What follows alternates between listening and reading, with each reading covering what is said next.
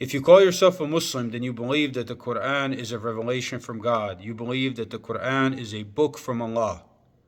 And if that's what you believe, then you have to ask yourself, how am I interacting with this book? Am I studying this book as it should be studied? Am I doing everything to follow this book as much as I can? Or am I making the mistakes of people before me who received books before me, people whom God mentions in the Quran as a lesson of roads not to take? For example, God tells us in the Quran about people who received the Torah.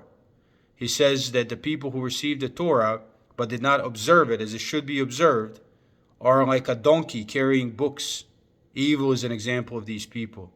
Just like them, if you receive the Quran and you don't observe it as it should be observed, then you're just like a donkey carrying books. This book, this Quran, is as much use to you as it is to a donkey. Nothing, no use. If you don't read it or do what it says, it is of no use to you.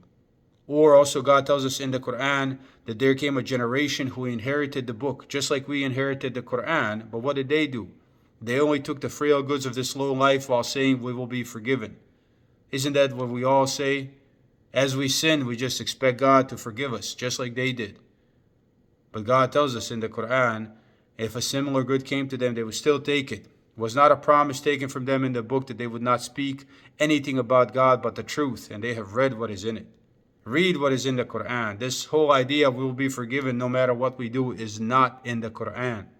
The scales will be placed on that day, and justice will be served. Also in the 35th chapter of Quran, verse 32, God tells us there's one of three roads we can take when we inherit this book.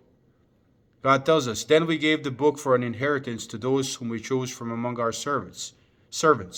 But of them is he who makes his soul to suffer a loss, and of them is he who takes a middle course, and of them is he who is foremost in deeds of goodness by God's permission.